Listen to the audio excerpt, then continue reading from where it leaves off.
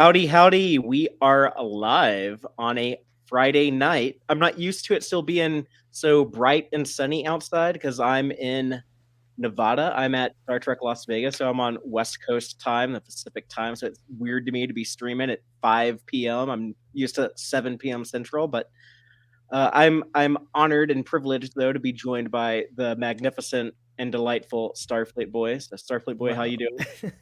I'm doing well, thank you. I'm super jealous of where you are, but it's cool that I get to kind of be there with you in a weird way through this stream. So thanks for having me on. Well, you're always invited to join me in Star Trek Las Vegas. We should talk about next year. We should make plans. I'm trying to figure out what I'm doing. Yeah, absolutely. But in the meantime, we have a new season of Star Trek Lower Decks to discuss. We're gonna give each and every episode the patented Tex-Trek deep dive discussion. This is gonna be a little weird because I'm on the mobile emitter. I'm in Vegas, so it'll be a little atypical. But yeah, I hope everyone is ready for some deep dive discussion because there's a good bit to unpack in this episode, as the Lower Decks tradition, right? That's right. All right, well, let's just go ahead and get the show started. I'm Fatheree, I'm Starfleet Boy. and this is Tex-Trek.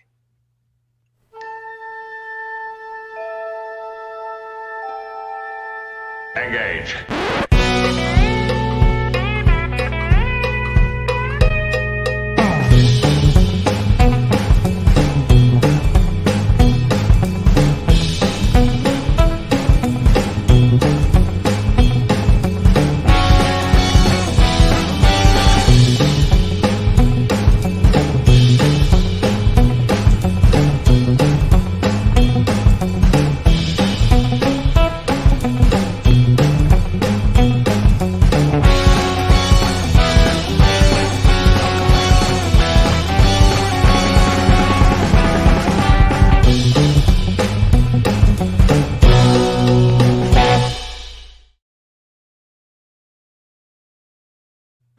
Fatheree, I have to sabotage your show your show for a second.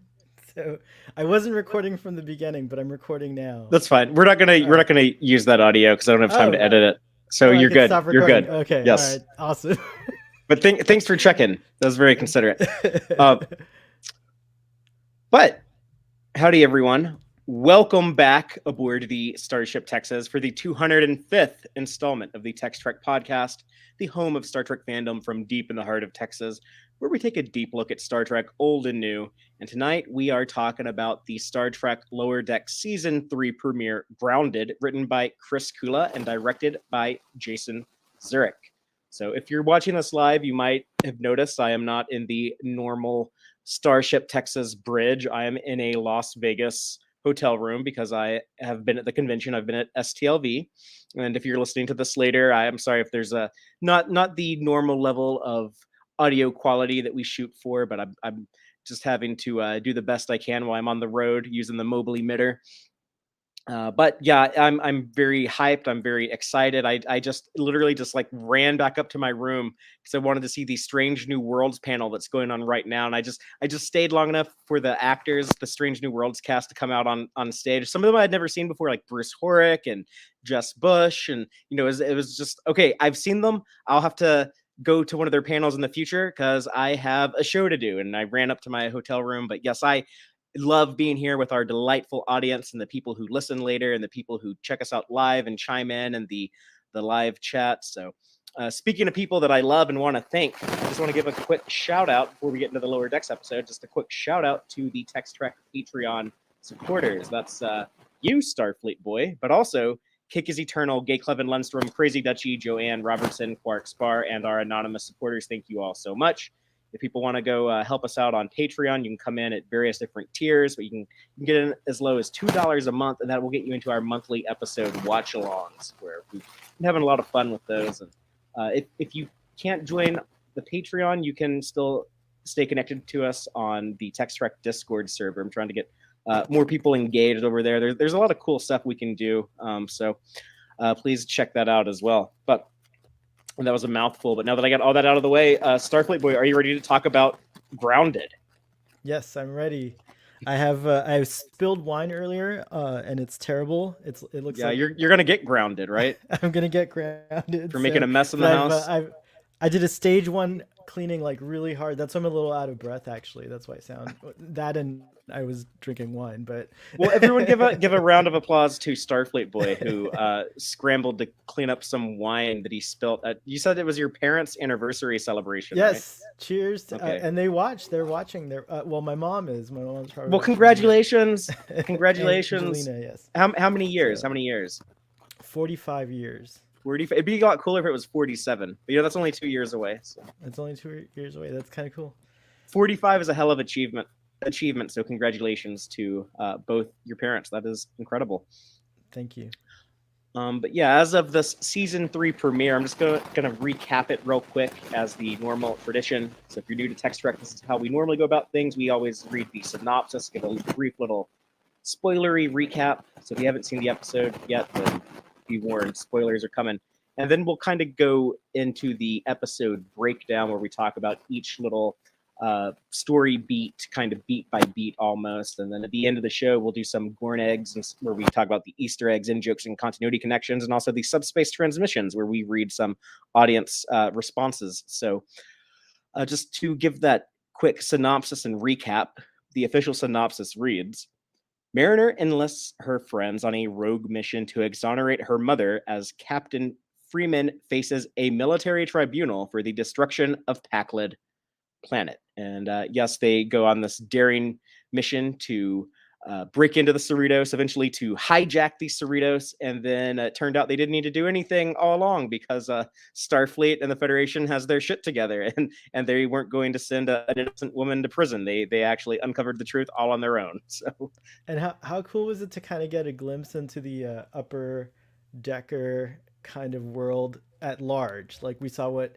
the other captains in Starfleet are doing, like right, Captain, like Bates. Yeah, it was pretty cool. Like and Tuvok, we got Tuvok. We got to yes, see what he's up to, and so they gave us like a really good, broad picture of like the captaincy in that world. yeah, And using the universe, as our friend right, Larry yeah, Nemechek loves to say, who was just hanging out with earlier. But yes, the idea of like they could have just like had Riker and the Titan show up again to do all this, but no, like they flesh out the universe. They give us new characters. They give us legacy characters.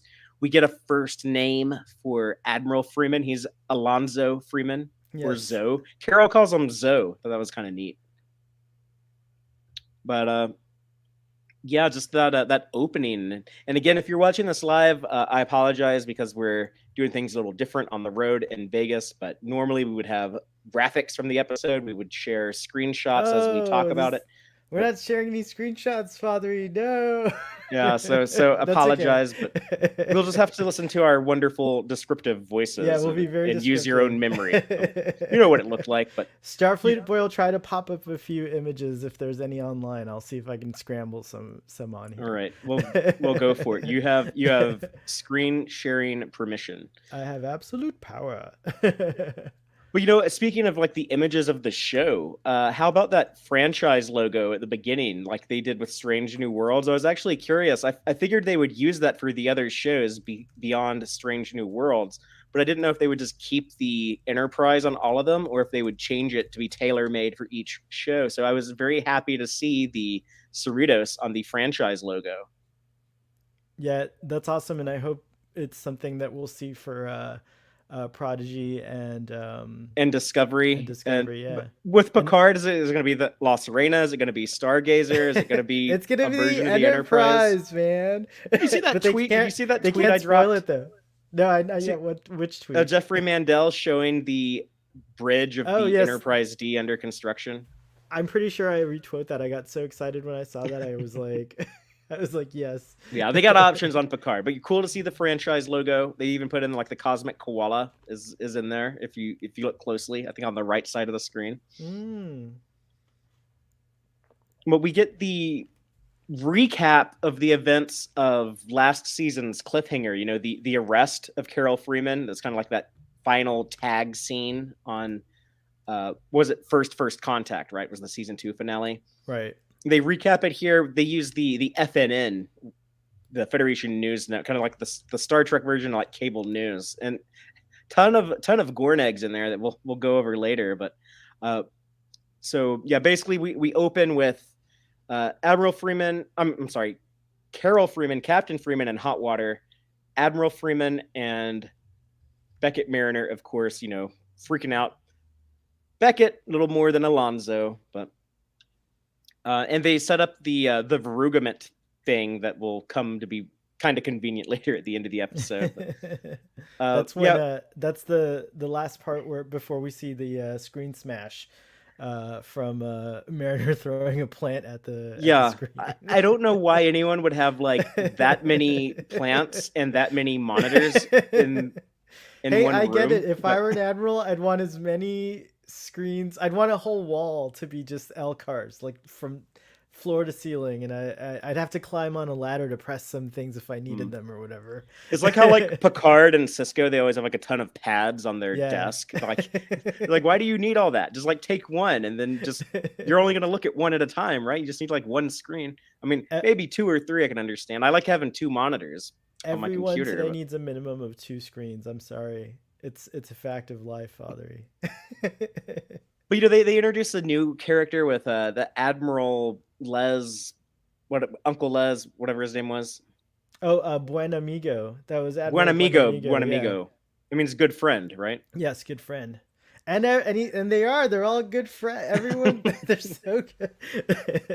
It's Yeah, he's a awesome. friend of the Freeman family apparently, and I want to join that Starfleet. That Starfleet's awesome. Lord X is like portraying Starfleet in a way that I really dig. it's very refreshing. I mean, we've gotten more of it lately, I think, in most of the shows, but yeah, there was a lot of like cynical Starfleet for a while, and sinister Starfleet, and dark Starfleet. Going back to like Discovery season 1, and then Section 31 and Discovery season 2, and then some of the Tal Shiar infiltration and Picard season 1.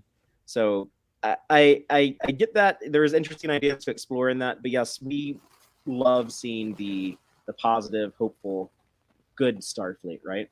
Right. I mean, it's nice to have a little bit of both. One must have a healthy mistrust for Starfleet, but but yeah, the stories can go, in both directions, and I like that, we're going in this direction. It's kind of fun. And our friend Rachel, who's in the audience, is saying it was Hey. fun seeing Mariner actually hang out with her father. Yeah, Yes. we've never seen them interact before, right? This is their first interaction. The Admiral's office has an amazing view of the Golden Gate Bridge. I want to know where that is in future San Francisco. I would like totally become an admiral to have that office. That's like Was that his office, or is that like their home? I get well, if it's their home, it felt like an office, but maybe it was their. I have to watch it again, but it felt like an office initially to me. But yeah, maybe it's their home. If that's their home, I want that too. That's a cool view. Golden Gate Bridge. Yeah. Well, Mariner was not impressed with it. She's like, "This bridge is dumb. We don't even drive anymore. So this planet is whack." I wonder if she was born off world. Do we know where? Do you remember anything established about where Mariner was born? Well, she says that she didn't grow up on Earth, so she might have been Okay. born there. But I think because her parents were probably in active duty all of her life, yeah, she was probably like living on ships, star bases, stuff like that, wherever they were stationed. A military brat. She's a military brat. Oh yeah, I often forget that that's what exactly she is. Yeah, right, it's totally true. I wonder how many of the young people joining in Starfleet have like parents that are in other off doing other things and are a part. I wonder how big Starfleet is, in terms of like, uh, because we often compare it to the military, but I have a couple of arguments that this episode kind of substantiates, which I won't go into too much detail in, but that Starfleet is not a military organization. It has to do with the way Captain Freeman just had authority to say, like, I gave that order, and she did so like well, and like Mm. no one questioned it. It was just that's all you needed, like it was a cool moment, and I wonder. I don't know the military very well, so I have to do some But in digging. that in But that same scene, doesn't she refer to the Cerritos dry dock as a military impound? she does. Yes. I don't know. I don't know if that's the Ah, best example for your argument. But yes, dang, no, if she said that, then I have to acquiesce to you just have to straddle the line like I do and say Starfleet is not primarily a military organization, but they do handle the military role of the all right. Federation. All right. amongst other more important things like diplomacy and science and all of that good stuff. I had such a good point, and then I didn't hear that line. Oh well. But enough about Mariner. Her time on Earth visiting family. We also get Boimler at the vineyard. I almost said it like Patrick Stewart. He says it like Vineyard. yeah.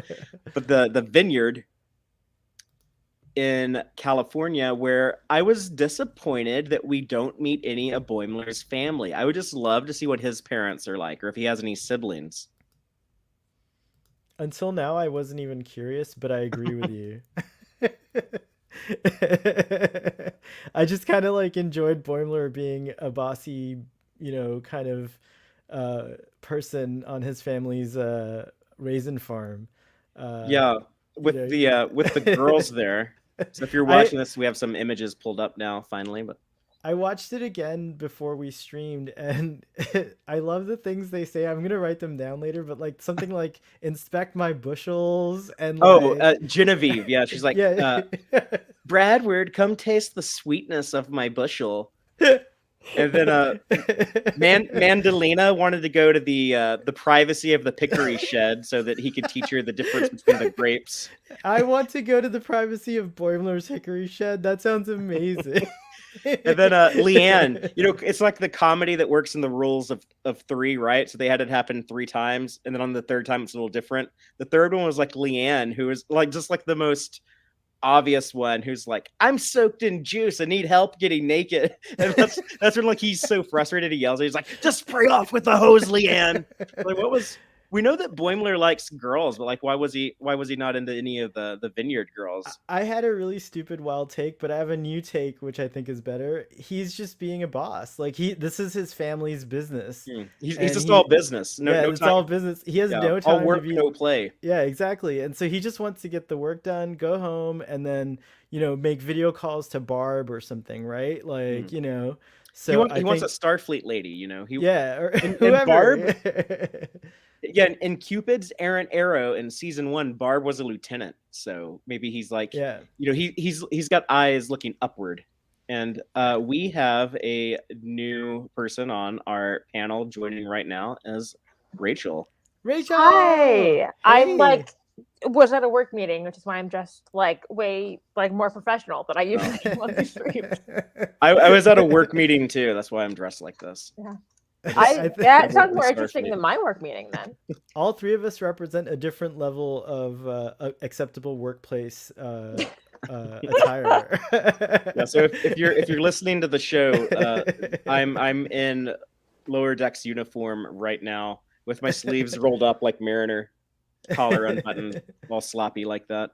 I was gonna say I'm also more representing Texas than you right now because of a Whataburger cup. Nice. Well, yeah, we have to have someone from Texas on the show. So I'm in Las Vegas at the moment. But Fatheree, are you gonna have a scoops section at the end of the stream where you give us scoops about STLV? I can talk a little bit about it, but I think we just need to do a dedicated STLV stream when I get back. So all right, done. That makes sense too. Yeah, if you listen to the podcast, be sure to go ahead and subscribe to the YouTube channel so that you don't miss that, because that'll be exclusive to YouTube.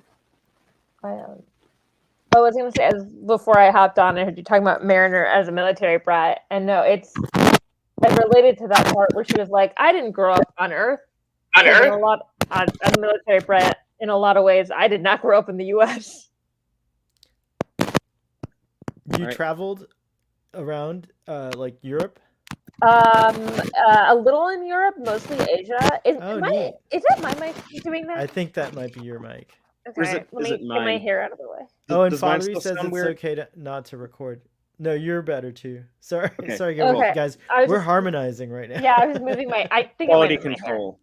I think it might have been my hair hitting the mic, so I'm moving it behind me. I'm mostly I went to high school in Japan. Cool. I spent a lot of time in Asia specifically. Well, I would rather grow up in Starfleet than I think grow up on the vineyard like Boimler, right? No, I would have loved vineyard life. He doesn't seem too happy with it. Swallowing vineyard flies. I guess that's a thing that happens. I want to know if there's a connection between the raisins and the purple hair. Oh, Apparently he dyes it. That's revealed. He says there's a joke about that. That is true. He's like, I have to hide the dye or something like that. Mm-hmm. I'm surprised he doesn't go to like the barber on the Cerritos and just have them do it with the laser thing like they did in TNG. Well, he can't let anybody know, apparently. Oh, that's right. I don't know why you would keep that a secret. Like his natural hair color, doesn't want anyone to know his natural hair color, but you can see it in his eyebrows in this picture. No, they're colored purple too. Oh, they are. Yeah. I'll admit, it took me, like, not when the episodes actually came out, but when the character art first came out, I assumed his hair was brown that was just kind of tinted purple for animation purposes. Right. It took me a while to realize, oh no, his hair is purple. Right. I thought that too for a very long time until I was checking out the season 1 Blu-rays and Mike McMahon was saying like, yeah, we just decided to go with purple hair because we just like the way it looks. And I think the safest bet is to just say whatever Jack Quaid's hair is. But Tawny Newsome, definitely not purple. Tawny Newsome just said here at Star Trek Las Vegas yesterday during the Lower Decks panel with Don Lewis, she said that in Strange New Worlds, when we see live action Boimler, Jack Quaid will have purple hair. Oh, rad! I mean, live action. He wore a wig, right? When he it was a wig. It was an awesome wig. Yeah, it was flopping around. It was so good. Some of my TikTok friends were the ones that got that picture where my friend was dressed as Jennifer. That's awesome. But my favorite setting, I think, of all the different places we saw on Earth was actually Sisko's Creole kitchen. That's the one I would want to visit if I could go to any of these where Tindy and Rutherford were hanging out. That would. I love that apparently if you go to Sisko's kitchen, you have to dress like Jake. So yeah. Rutherford is wearing a Jake Sisko outfit. Right. Oh, and Boimler is wearing a Picard's outfit from the Vineyard and All Good Things. Look how good your engineer is.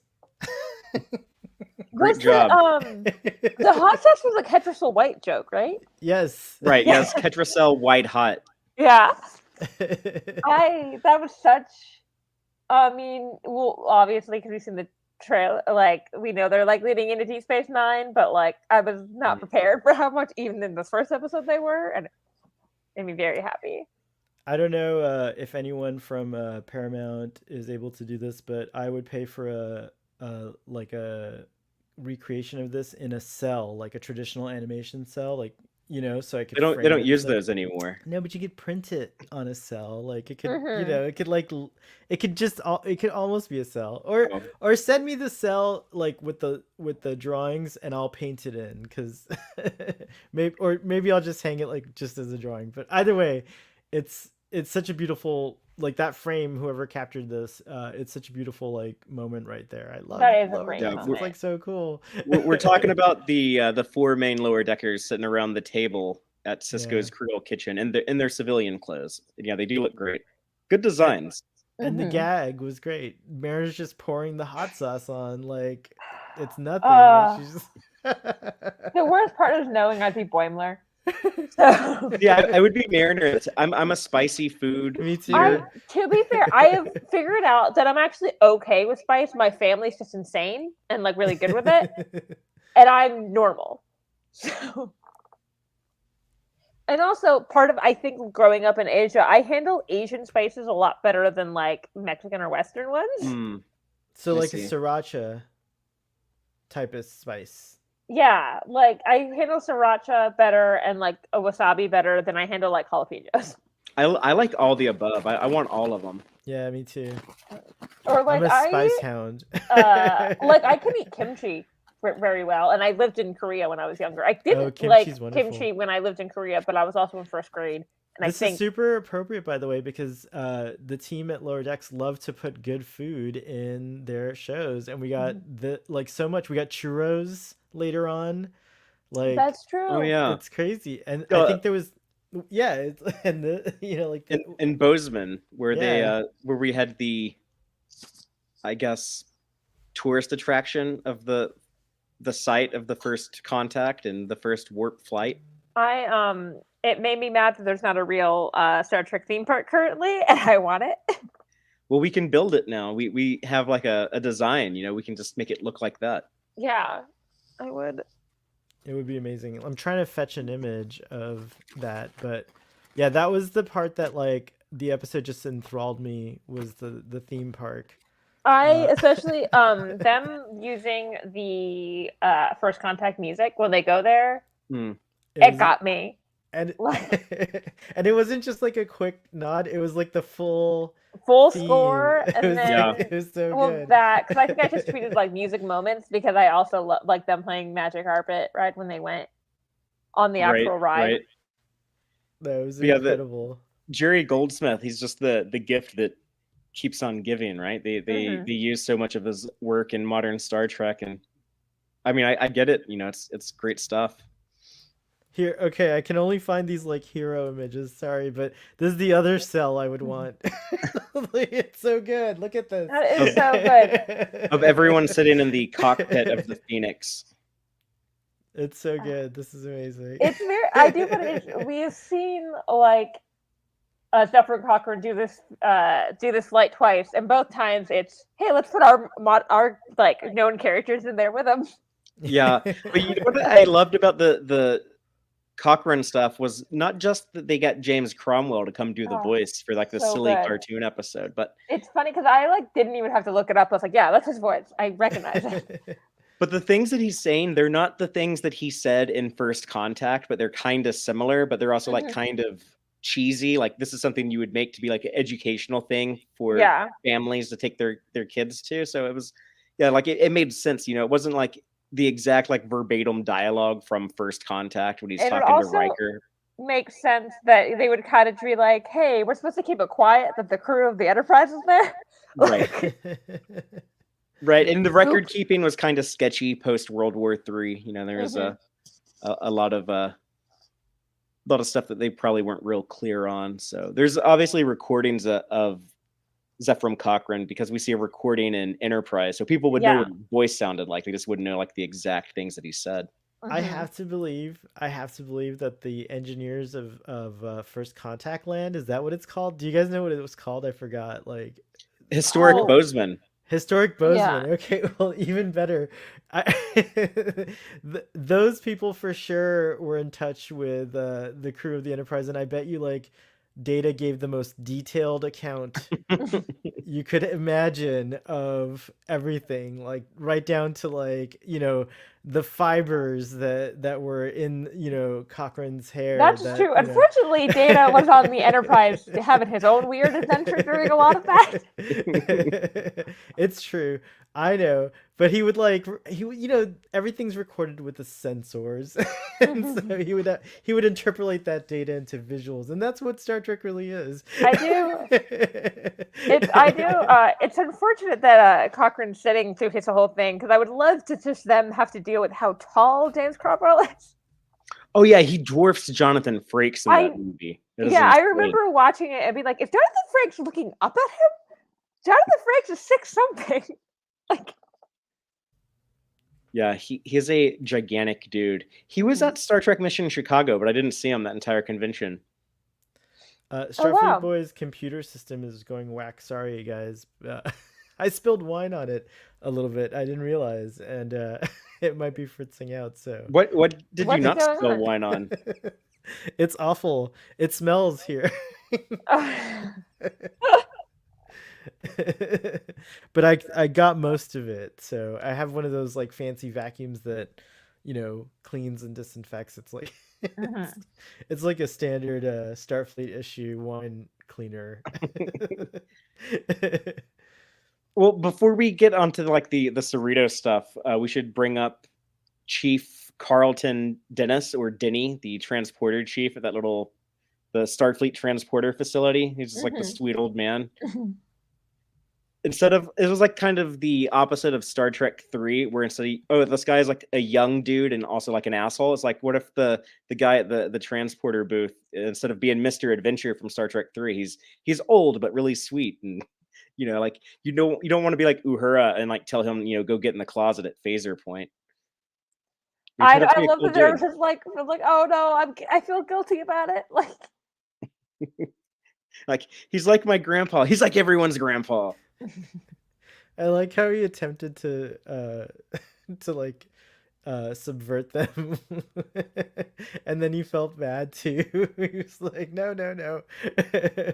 Oh yeah, when they started crying in front of him. Yeah, it was very cute. And he was also a transporter enthusiast, or as he referred to it, he is a buffer buff. I did love that. And all the refurbished transporters. I'll wait till you're Gornegs, but I'm sure you caught the book he was reading, right, Fatheree? I didn't get that one. Oh, okay. I haven't been able to comb through this episode like I typically do. But Who's yeah, the you'll have to guy? let me know. Oh, I'll wait till the Gornegs then. Yeah. Yes, save it for the end of the show. Let me ask y'all about the actual like stealing the ship. So strong homage to Star Trek 3, right? With the stealing the Enterprise. My Definitely. personal favorite Star Trek movie.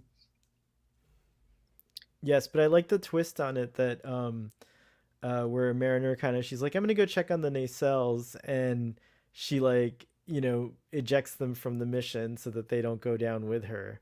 That was kind of cool.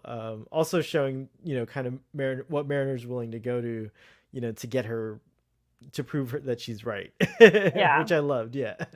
But she's also she finally doing it for breaks her down mom too, which is really powerful. No, It was great. Yeah. Yeah, you see her the most vulnerable that she's ever been. Like Yeah. when she's like crying on the bridge of the ship, and she's like, "You don't get it. Like she's your captain, but she's my mom," and like that. Like her, no pun intended, but like, her shields go up, and she gets kind of like defensive, and kind of like struggles to like be like, I don't know, like a good friend to people sometimes. We saw a lot of that in like season 2 be explored, and then here where she's like, she had like this notion like, I need to do this by myself. I need to go save my mom by myself and not like endanger any of you, and just kind of being unable to like be vulnerable enough to like ask them for help. So that, yeah, we've never seen her in that situation, but it makes total sense based on the character we've spent 20 previous episodes with. Yeah, and I think because every time you see, even though like obviously her mom and her don't always get along, you always see like when everything comes down to it, she's gonna like protect her mom. Right. No, it was very even cool. when It was she's very mad at powerful, her yeah. and goes psycho in a holodeck, the version of her is still gonna protect her mom. Yeah, right, that's true. right. Yeah, and the original plan wasn't even to steal the Cerritos. Like they're only going up there to get Boimler's logs because they thought they could use that as evidence. And then she's the one who's like, "Oh, no one will take this serious." So it's even like exploring like some insecurities that she might have there, where she's like, it's kind of like almost meta, where it's like we're just like goofy cartoon characters on a stupid, unimportant ship, California class ship, with these dumb logs talking about like getting bad gas on this one planet Boimler visited, or dyeing his hair purple. Like no one's gonna take this seriously. That, what, it seems important medically to know if like a planet is just gonna give all the humans bad gas. I'm just saying. Yeah, I'd like to know that before I beam down. I couldn't stop laughing at the gags that were going on in that moment. Everything from like Mariner's horror of like what she was hearing. And Boimler just being like, it's fine. And then slowly getting embarrassed, like realizing, oh, maybe it's not fine when he's like, I wish I could just fart. Or it's like, I just lost it. He's just he really pours his heart out in those logs, man. Like, but he seemed a little different in that, like how chill he was about like all this embarrassing information. And that's something that I think they're setting up for next week's episode, which I haven't seen yet, but I'm looking forward to seeing, because Mike McMahon mentioned, I think at San Diego Comic-Con, that these first 2 episodes both will be setting up kind of the arcs for the characters for the rest of the season. And one of the things they're going to be doing with Boimler is he's kind of going to have like this philosophy of like, I'm just going to be totally bold and brave and ambitious and just like be down for anything. I don't know if that comes from like his near-death experience when he almost drowned in cetacean ops in the season 2 finale, or what has brought this on. But I think we'll explore it more in episode 2 of season 3. Because here he's like, yeah, I'll just go ahead and use all this embarrassing information. Like I don't care. And I was like, wow, that's kind of brave of him, So I see what they're setting up. But I totally dig that.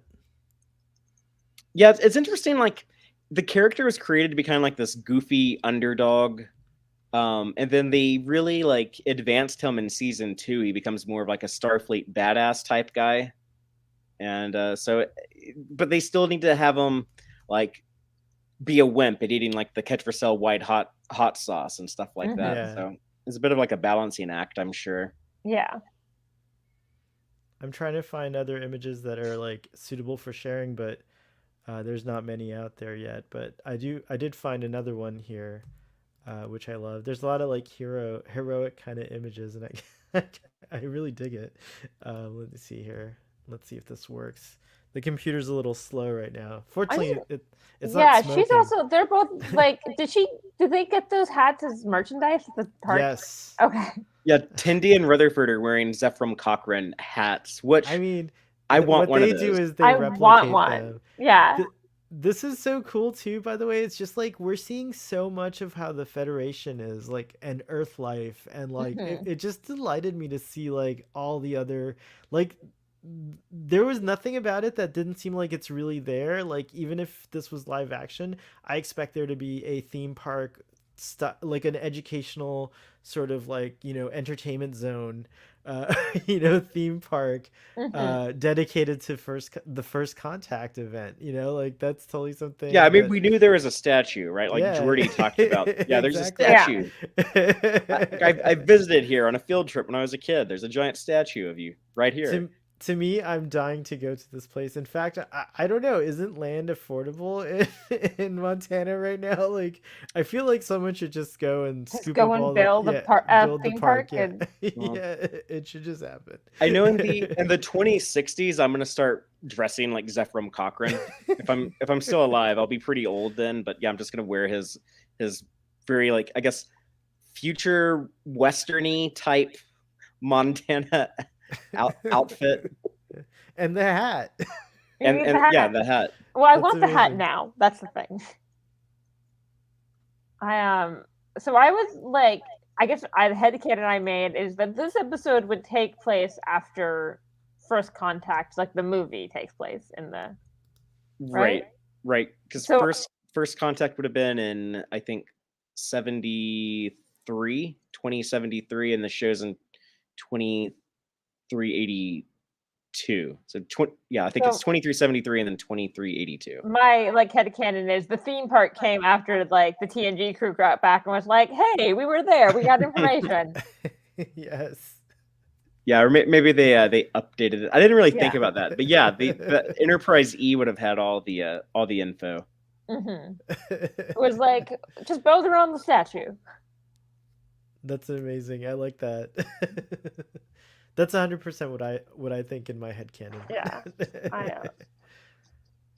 There's a joke they do a lot in Lower Decks where they'll have like a character kind of like mislead the audience, like going all the way back to the second episode of the show, I guess, when Rutherford thinks he's going to quit engineering, and you have Billups look like he's about to be mad. He's like, "You're gonna what?" And then he's like, "Oh, that's great, that's awesome." And I think they almost kind of do that gag too often. I kind of like I always see it coming now, but they do it twice in this episode. They do it with Gavin the botanist, who then decides he's going to be Gavin the pilot. But when he's freaking out in the Phoenix, and Mariner's like, "Are you going to be okay?" And he's like, "Yes, I'm going to be okay. I'm going to be this explorer in space now." And he goes off to be Gavin. I was like, I guess we'll see him again in some episode in the future. But no, at the end of the episode, like they show him getting arrested. I mean, I imagine they have trackers on those theme park rides, right? Like, no, it actually makes a ton of sense that he wouldn't be able to get very far. So I think he was like out by like Jupiter or something when they arrested him. So yeah, he didn't even get out of the solar system. Yeah. It is cool that like people who are not in any kind of like I guess military or exploratory like support branch of Starfleet, you know, type of thing can go and do a warp flight at like the site of First Contact, you know. That is kind of cool because it all worked. It was neat. Like it's not like a ride, it's actually a ride. Like it's an actual space flight, you know, and a little bit of a warp thing, which that's exciting. If they make a real one, like for us, I guess they'd have to make that a little different. Yeah, I think it would have to be like a roller coaster or something. Yeah, Or like a obviously, VR yeah. thing. Like you have like I a think VR headset VR on. or however they do Smuggler's Run in Disney. Okay, I'm not familiar with that ride. You're on the Millennium Falcon. That's Oh, that is Oh. true. Yes, it should be Yeah, like they that. would do it like yes. that, huh? Yeah. Yes. And then I've never been on the ride because I haven't been to Disney in a while. I was on that ride, so I'm excited that Yeah. you said that you envision it that way, because I do too. That's cool. So it's VR-esque, but like you don't have the glasses on. You've got Right. like screens. Well, they, Tendi, Rutherford, Mariner, and Boimler, they actually freaking went out into space. And so can anyone? What was the guy's name? Gavin. Gavin just he like ordained himself a captain. He went Good nuts for Gavin. He had the dream for like a day, I guess. I would be Gavin 100%. I would also be Gary. Do you guys remember Gary, the other guy? The guy who pushes the button for the red alert? Oh yeah, he's like, oh, like. I totally would be Gary. I don't know who you're talking about. The button for the red alert. There's like the two guards. The two guards in the Regula station looking thing, and the Cerritos is being, I guess, taken without orders. Like we don't know it's stolen at this point, but they have to like sound the alarm. And the one guy goes, Gary, or something. He's like, Gary, what are you doing, or something like that. And Gary's like, dude, and then it's like red alert, and someone has to do that, right? Yeah. But before that, Gary was chilling. He was bored, like monitoring the sensors. Playing some 3D chess.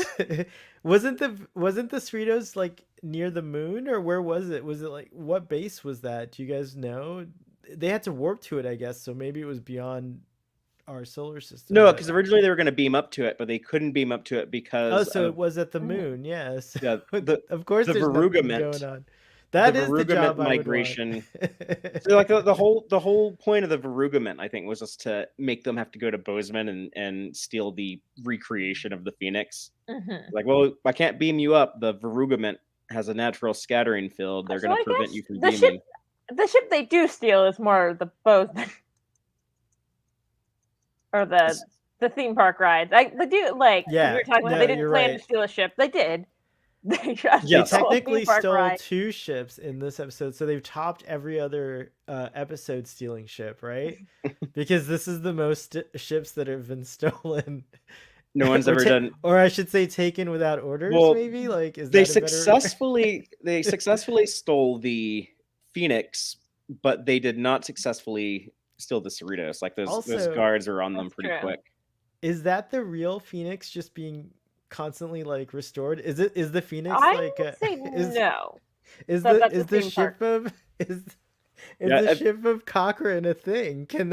I had the assumption that like there were multiple Phoenixes that are going off at the same time. Oh, I bet that's true. That makes sense. The real one is probably in the Smithsonian, and then they recreate because this one had a bigger cockpit. There were no you're right. It was made 5 seats in the original. In First Contact, the movie, I don't remember what he said. Does he say the Smithsonian? Picard says like where it is. Yeah. Picard says he saw it as a boy in the Smithsonian. Oh, that's cool. Oh, I wish we got a flashback to that in Picard season 2, or maybe we'll see it. Maybe we'll see it in Picard season 3. He could have cheated and beamed into. It's a scene that we never saw, but he could have cheated at one of the points where he should have been guarding the Borg Queen, and he said, "I'll just slip off with some cheese and crackers," and he went to the Smithsonian. He just like walked around the museum for a couple of hours, and left this lesser into the holograms or whatever.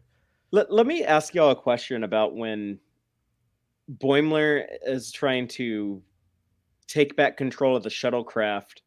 When Mariner kind of sent it on a auto navigation trip back to Earth. Mm-hmm. Is it weird when Boimler keeps calling like the auto nav or the autopilot? He keeps calling it like auto. It's like auto will figure it out. Auto will get us there. I don't know. That just seemed weird to me. I see it as like anyone else. Just like a vernacular kind of thing. Honestly, I didn't like it. Obviously, didn't bump me. Like I didn't. It like. Yeah, I My figure most brain- people work won't talk. notice. It's kind of just like work talk, like where Yeah. you're like you shorten things like I don't know Right, a right. good example right yeah, now. well, like I was thinking because I was doing it today. We have a lot of participants at work, and like reading each other, we always write PPTS. We never write the full word participants out. It's too long to type every time. Like, Bandwidth BW. Yeah. That's like one that I hear. I I mean, no there's so longer hear many. that one, but Yeah, but there's so many like acronyms. Although my favorite is that a lot of work will use OTP to mean one-time password. oh yeah. And every time I get an email, I'm like, am I getting an email from AO3 at work? What's happening? Why are I'm they just talking gonna about start OTP? saying auto will handle it. I like Yeah. that term.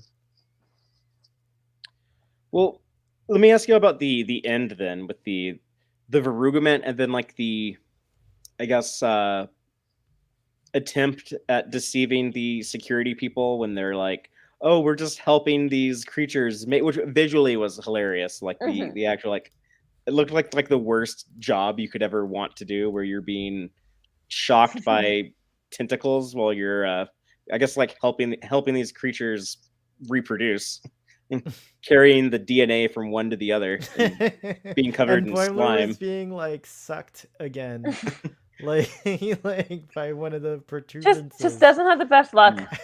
But they do that same gag again, where like the security guy is like, he's like about to be mad at them, and when someone, I think it might be Tindy, but someone's like, "Are we under arrest?" And he's like, "Are you under arrest?"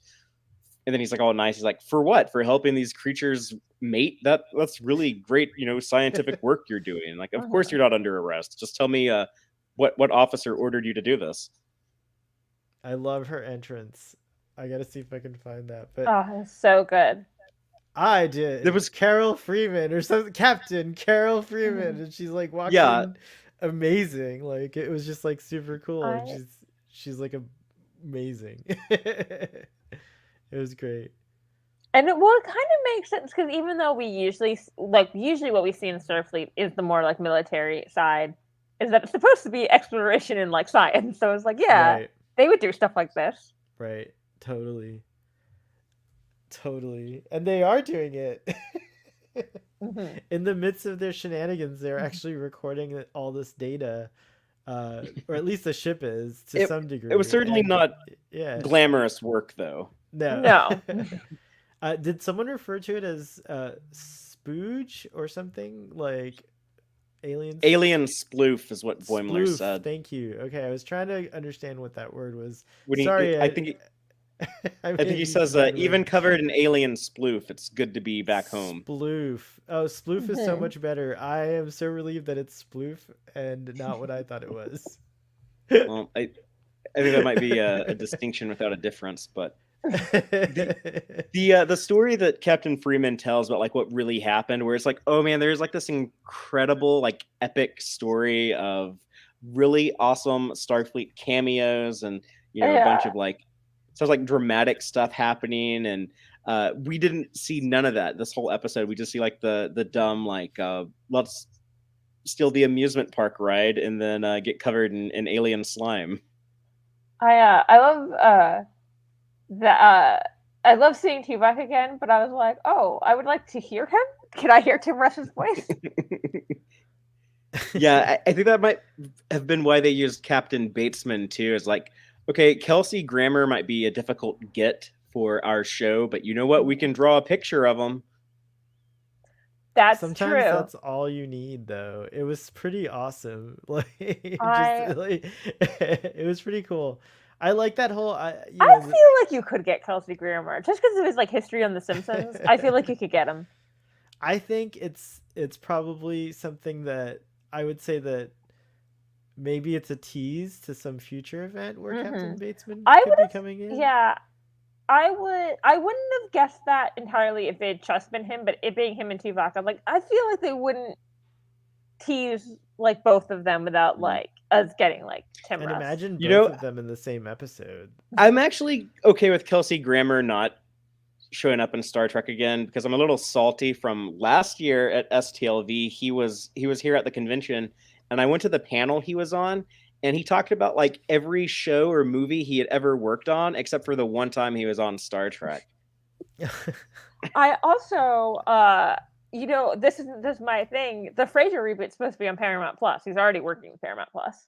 Oh, well, yeah. I mean, that's why they put him in the Next Generation, because it was all part of the Paramount family back then Yeah. too. So He was just chilling like around, probably like. Father, I'm so sorry you didn't vibe with his talk, but I would have loved it. I didn't like his I show would've- either. I like Cheers. I like Cheers, but I like Cheers and Frasier a So- lot. I love those shows. in fact. My family's like my immediate family's favorite show to watch together is Frasier, and so when the Frasier reboot was announced, all of a sudden everyone was like, "Hey, Richard, what's that Paramount Plus login again?" I was like, "Now you want it, huh?" I'm very hopeful that we'll see or hear rather I should say his voice. But even if we don't, it's pretty awesome to have that. I will maybe he say- shows up in live action in Picard season 3. In the They're Apocrypha- promising. Oh, sorry. Go ahead. They're promising like a bunch of cameos, and They you know, are. beyond the ones we know about. I will say I care more about hearing Tuvok again than Captain Bozeman. Yes. My love of Kelsey Grammer does not have to do with his a minute cameo at the end of a TNG episode. It's not even. What is it, like a minute, right? Yeah, it's like it's a 2 little- shots or something. Mm-hmm. But what an impression made! That was such a cool thing to imagine, that just these random anomalies occur in space, and you know the Enterprise happened to be in such a place where they were able to rescue a ship that was caught in this loop for, I don't know, 80 years they said, or something like that, right? Like It's something Yeah. because it's definitely when he appears and he's wearing the maroon uniform, they're all like, "Ooh, that's not good." Genius. And I was like, wow, they brought that, like, what do we call it, the mystery zone, or how do fans refer to the age between TOS ending and TNG era beginning in canon or in universe or whatever? Or the Lost Era. The Lost Era. Well, it was a technically- little glimpse into the Lost Era. I It's think. not though, because that's Oh. actually from it was from the year 2279, I believe. So it would have been in between the motion picture and the Wrath of Khan. Oh, okay. Well, that's even Oh. cooler than what I thought. It's still neat. It's actually the earliest canonical use of the Monster Maroon uniform. Oh, that's interesting. Oh wow, that is cool. Anyways, I- for that and many other reasons. I would say because I say this to someone who loves Kelsey Grammer, and you're like, he would have blown the budget. I've seen him do movies for ABC Family. I think it'd be fine. I Also, don't think the if I budget- may, it would just be cool from the perspective of like filling in some gaps, because in the larger canon or whatever, wider canon, or I don't even know if it's canon or official, so I can't really say, but in the expanded Star Trek universe through the books and stuff like that, I think it's been established that he helped design the Sovereign class with Geordi or something. No, Yeah, or he someone- did it like was he commanded the test runs of it. yeah, there's something Oh, like I that. remember Yeah. seeing that in like a book, but I Yeah, don't. it was a book called Ship of the Line, which I came out in listen, the late that's 90s. Fair. Kelsey Grammer might not consider himself a Star Trek actor. in Yeah, according general. to Linda Marks in our Why audience. not? Yeah, that's definitely the impression I got from him. There was also because you didn't watch. There was also a ton of Star Trek actors would show up on Frasier. Yes, also in Cheers too. Mhm. So Mhm. a Paramount family. Even It's they have that true. weird thing where Brent Spiner shows up and they're making pale jokes about him, but I was like, Brent Spiner's not that pale. You're making very off-dated jokes.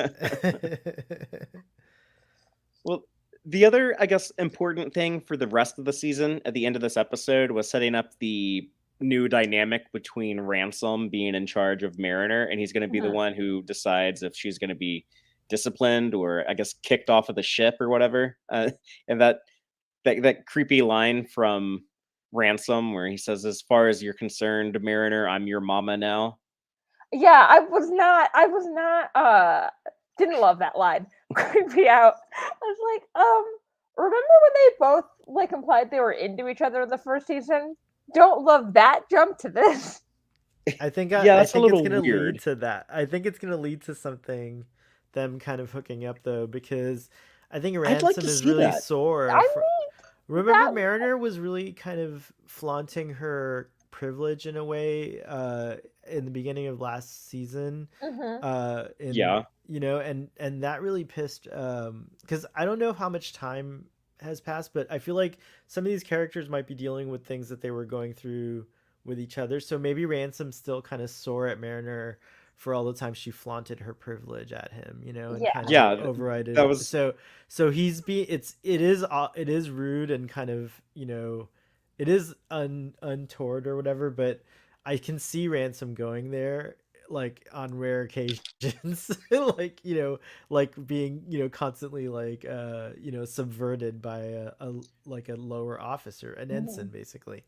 I'd love it if they returned to the attraction that they had for each other, because I thought that was more interesting, because they're so different, and he's so like career oriented and wants to like look good, and she's like just does not give a fuck about any of that. And we see her be kind of vulnerable. The other time, I guess, like the first time we saw her show some vulnerability is when she was like, oh my god, like I think this Ransom dude is kind of hot. And then Ransom, later at the end of the episode, he started to warm up to her. And then he went ahead and threw her in the brig. But yeah, I thought I immediately liked that, and I was assuming that they were going to build on top of that, but they kind of ignored it for a while. So I would love for that to return. Yeah, no, I definitely at the time I was like, oh, are they gonna build a romance between those two? And I was like, oh, never mind. Because I mean, maybe they'll get around to it now. yeah. We're I think we're only 21 episodes into the show, so I think it's 100% That's crazy to think headed about. to some kind of romantic thing. I agree. Do either of y'all know anything about Fermat's last theorem? Oh, I don't know. I've heard about it a lot on science kind of. I think is it one of those like unsolvable? Yeah, or it will be solved at some point. It was solved. I don't know. It was solved? Okay. It was solved in the 90s, but they mentioned it before in Star Trek in The Royale. Which, Rachel, was it you told me that's like one of your favorite episodes? Yeah, that's probably exactly where I know that from. I'm like, it's an unsolvable like thing. But at the time the Royale came out, which I guess would have been in 88, season 2, I think. But it hadn't been solved yet. And so they talk about like it's still unsolved in the 24th century, but then it got solved in the 90s. But I guess in the Star Trek timeline, it doesn't get solved until the little boy in the 24th century does it. In the Star Trek timeline, World War III was happening in the 90s. Yeah. It doesn't happen. And it doesn't happen also in the Star Trek timeline, it seems. Or it could happen. when Voyager was back in 1996. But yeah, it felt like, but I mean, we have pretty big wars going on right now, and it doesn't really feel like it at some parts of the world. We have multiple options on how to headcanon that and try to make that fit. It's true. So maybe they just lost the records of it being solved.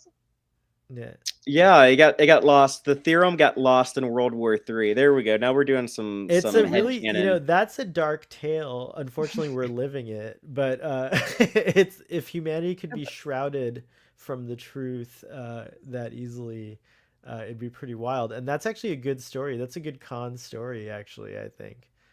Anyways, Greg Cox wrote those novels about the eugenics war, where it was like all a secret war. I think I've mentioned those on the show a few times, but that is a wild idea. I mean, it's pretty trippy. It could be happening in some degrees, but I'm not a conspiracy. I promise I am not a conspiracy theorist. Well, I mean, there's stuff where some of it's done now, but there was actually like pre Nazism in Germany. There was like a lot of scientific work being done with the trans community, and all of it was burned by the Nazis. Yes. Yeah, like Berlin was like one of the most progressive cities for what today, we would call it LGBTQ equality. And that was they took a major step back, going from that to like literally, rounding up and killing queer people. Yeah. So Father, just to clarify, the theorem had not been solved at the time that the Royale had aired, but it was solved shortly after that, right? Right, yeah, in the 90s. Oh, so they stick to the continuity of the show. I see. That's cool. Well, it doesn't get brought up again in DS9. Oh, I don't know. I don't know.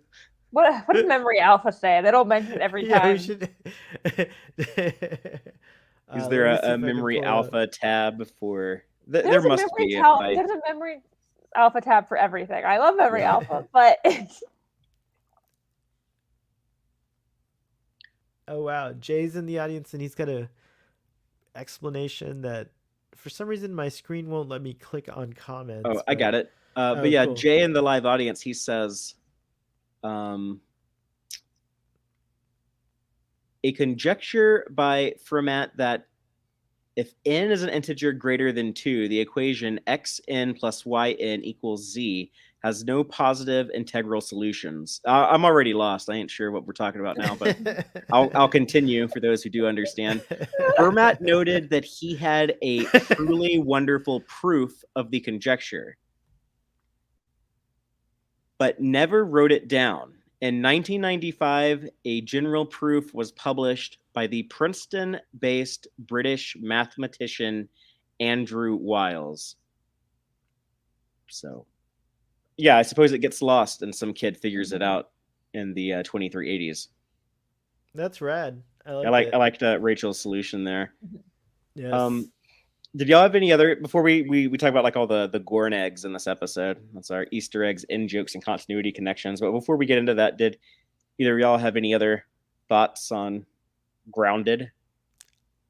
I just, on a personal level, was like so happy about this episode. I love this episode. I'm gonna watch it so much. There's like so much like Star Trek love in in this episode, and I just loved it. I don't know how they do it. It's magical, but it wasn't in any way over the top for me. It was just perfect. I think this is my favorite Lower Decks episode so far. I can't say ever yet because the show hasn't ended, thank goodness. But so far, this is my favorite episode. Until next week, and then you're gonna say next week's is your favorite. I'm so sure I'm gonna do that because this show's so good. I love it. I love every bit of it.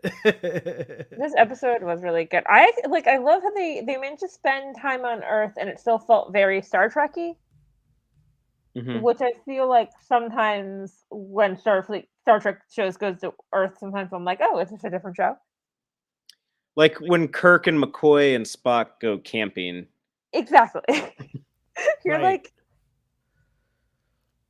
it's so sweet. Like if you've been watching the show, there's moments that just like really tickle you, like when Tendi and Rutherford are at Cisco's, you know, and then just seeing like I managed to see like online Jurg, and I'm sorry if I say your name wrong, like Jurk, I think it is. Hillebrand, he's on Twitter. I forget his @ handle, but anyways, he shares these like screenshots right away and these analyses, and I just couldn't help but notice how much love is poured into these shows. But it's subtle. It's like this. I don't know how like anyone could complain about this episode. Personally, I'm like they just like nailed the stuff I want to see in Star Trek. Yeah. Like it's all very plausible. And all very like over the top but believable. It's like I don't know how they do it. It's great. Yeah, I think the episode it felt it like moved by very quickly, and there's not like a ton of story, but that was kind of the point, right? The point of it was like this was all kind of pointless. You know, we don't have to worry about this kind of thing happening in Starfleet, and isn't that really cool? Kind of like a celebration of this utopian world that we all love, and it is kind of fan servicey, but you know, it's basically the show telling us like, look, the Star Trek future is really awesome, isn't it? And all of us has been like, yeah, that's a good way to like start off your season. You know, it kind of gets us back into that Lower Decks mindset, and especially coming off of 4 weeks of no Star Trek, which you know, I remember the days when we went years and years with no stars. Like that's just the time between Star Trek 09 and Star Trek Into Darkness was 4 years. So now it's like 4 weeks is like a big absence. But I kind of felt like we were like in the off season, and like now like with the premiere of Lower Decks, it's going to be kind of like last year where it's like, okay, it starts with Lower Decks, then we have Prodigy and Discovery and Picard and Strange New Worlds, and it just like lasted so long. We had so many weeks of new Star Trek, and I kind of feel like, okay, we had like a little bit of a break, but now we're getting back into it here. Although now that we ended up with this break, I'm surprised they had the shows overlap the way they did. Yeah, if they would not have put 3 Discoveries and 3 Picards on the same week, and then put the Picard finale and the Strange New Worlds premiere the same week, then they could have just had 4 more weeks of new Star Trek, and there would have been no gap at all. So because the thing that I felt like was weird was having the Picard finale and the Strange New Worlds like premiere on the same day, right. because it made it that you couldn't like celebrate both of them very well. I felt like. Yeah, it's also like, okay, well, I need to watch both of these before I get hit up with all the spoilers. Yeah. But like, well, I can only watch one at a time. Yeah, no, I had that thing. I was like, which one am I watching first? And I decided on Picard just because I was like, I feel like there'll be more spoilers. Was my thing, where it's like, Right. Strange New World is probably just like, you know, we're meeting new characters. Whereas, and I was right, there was huge plot things in Picard. Yeah, and characters showing up and a bunch of stuff. Mm-hmm.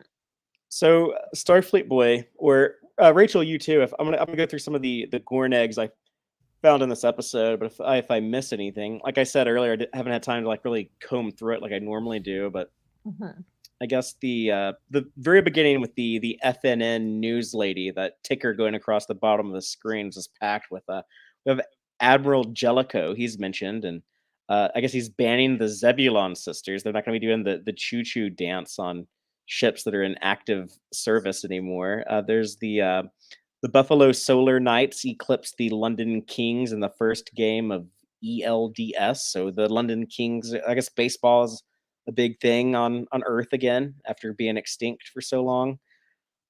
There's Cisco. Cisco brought it back, right? And Cassidy Yates and her brother, who played baseball at Pike City, the Pike City Pioneers. It kind of, if I may, like add for a second, that it's cool to see Cisco's legacy, like his kind of like influence on Starfleet in Lower Decks, like some of these things, and like especially seeing like DS9 references, but specific to the Cisco's, like. I wish we got. I do wish we got a cameo from like one of the Cisco's, but I'm all right with it not having happened. Also, like it's it was perfect the way it was. At this point, it would only be we really only could get Jake, right? Yeah, well, I guess we could get Cassidy. But they could be saving Zurek Lofton doing something for the episode 6, which we know will be a return to Deep Space Nine. And as it says, right, I don't think we're ever going to see Avery Brooks back in any capacity like that. But who knows? Who knows? Yeah. One never knows. I mean, he seems retired, right? Like, right. Yeah, he's done. Alex Kurtzman has said like they've thought about Cisco's legacy and what to do with that, but I don't. He'll let me be the next Cisco. I don't know. Yeah, you're gonna play Captain Cisco. I would love it. No, I couldn't do it. I would decline because I could never achieve the greatness that is. Or maybe Cisco. Cassidy was pregnant the last time we saw her. Oh yeah, who knows? Yeah, there's a new Cisco. There's a brand new Cisco running around. They could do all kinds of stuff with him. It was. I don't know if you got this Gorn egg, Fatheree, but. On the blackboard, on the kind of where they write the menu of the day or whatever. Yeah, it's Cisco's Creole restaurant. Yeah, there were some really cool items on there, like artichoke balls was one of the offerings. Yeah, it matched the same board that style, was seen on DS9. The other thing that was on the FNN ticker was the 6-year-old Zach Dorn crowned the Grand Master of Stratagema, the game that the Zach Dorn character was playing with Data in peak performance. And then the data fabricator that we see at the end, who created the fake footage of, made like a deep fake of Captain Freeman bombing a big strong city on the Pakled Planet. He was a Zach Dorn too, so we got like some Zach Dorn love. Nice. Yeah, they're like the ugliest alien in all of Star Trek, with like the droopy face. But they're like the ugliest alien in all of Star Trek. Wow. I wish I could like call you after that. You're not wrong. They're not. I would attempt to date a Zach Dorn, but I'd have a tough time. I'd have a tough time being intimate. I don't know, but you can have lots of kinds of relationships with other species. I'm sure that could be fun. Did y'all, I guess, appreciate the change they made to the opening title sequence where they added the crystalline entity to the big battle? That was rad. That I was not paying close enough attention to that. I like they make the big battle bigger every year, right? Right, like last year they added the Pakled. So currently they have Borg Oh. cubes, Romulan warbirds, Klingon birds of prey, Pakled clump ships, and now crystalline entity. So I don't know what they're gonna add into that next year in season 4, but I'm sure it's gonna be something. God, no, because like the Packlids are because the Packlids are there. And now I'm like, are we gonna see the crystalline entity?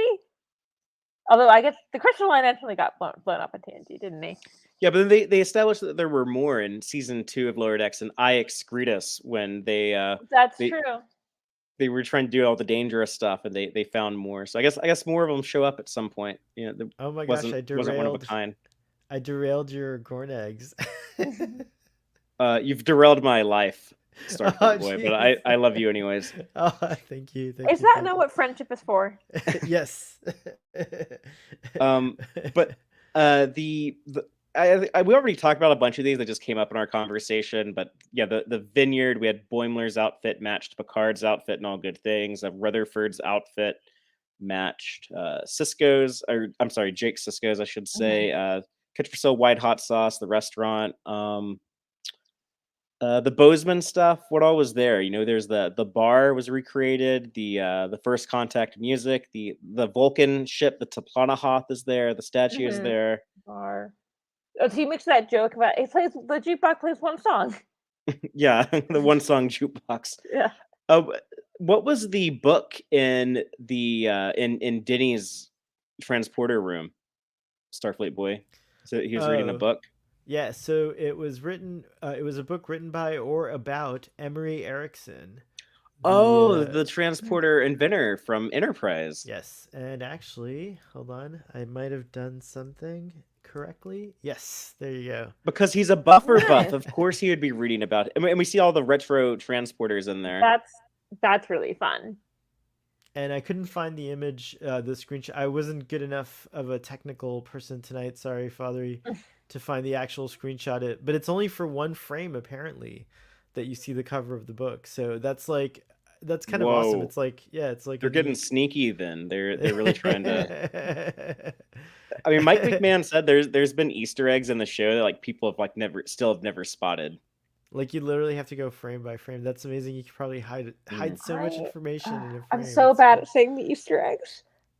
I love that stuff, but I don't actively hunt for them. If I happen to catch them, I get delighted, and I love that. You know what I mean? It's like, so I don't mind Easter eggs at all. Like pour them in because at some point I'll get it.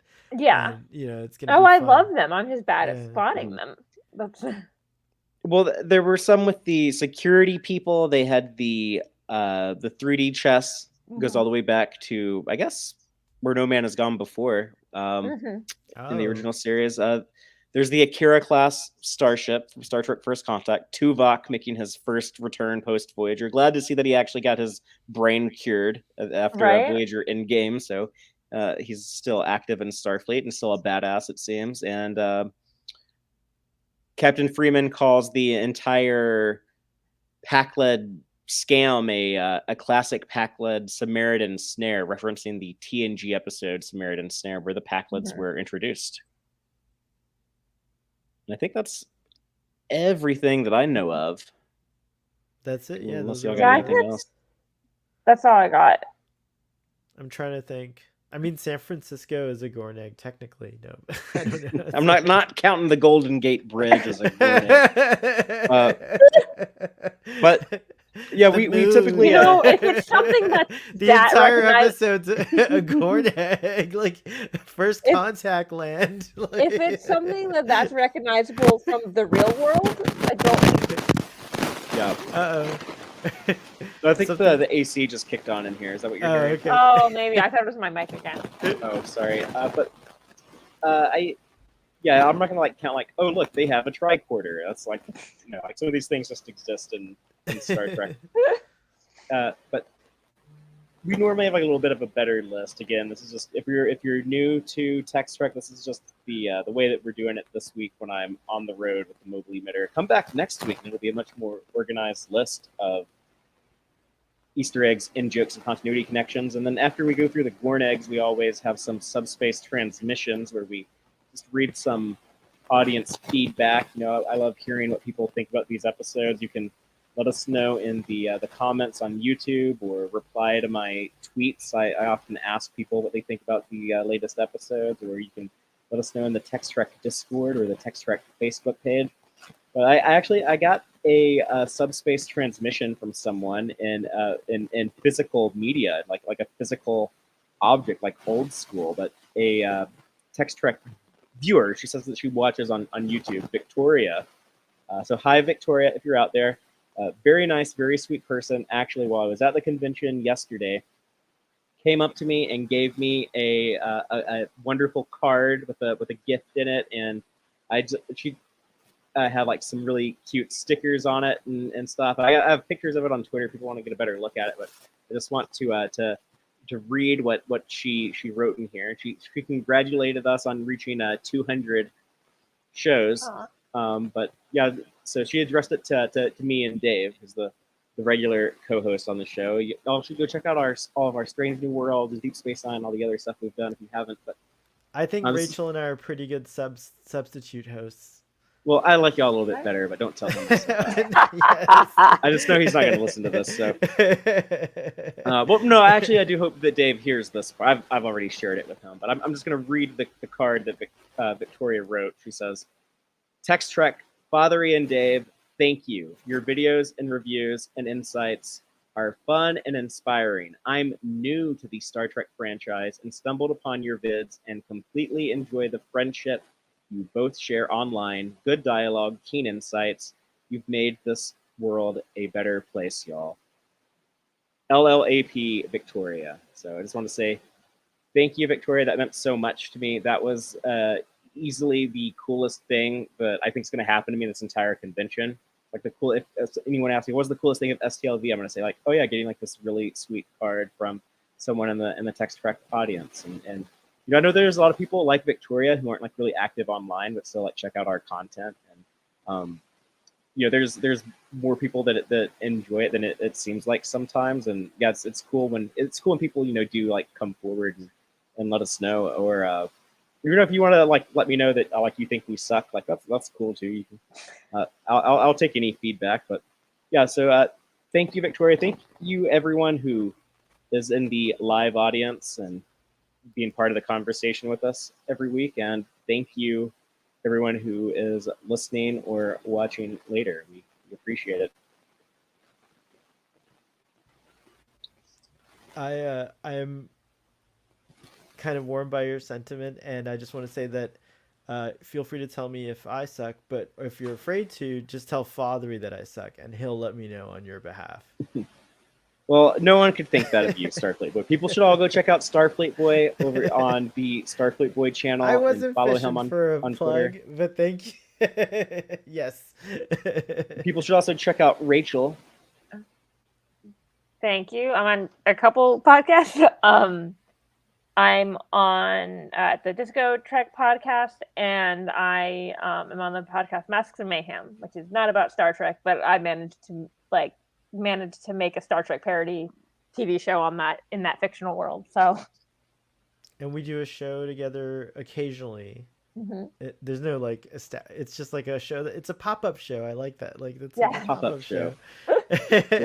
well, I have a convention party I'm going to try to get to tonight, so I'm going to wrap things up. But we'll be back next week, live Friday night, 7 p.m. Central, talking about Star Trek Lower Decks Season 3, Episode 2. I believe it's called The Least Dangerous Game.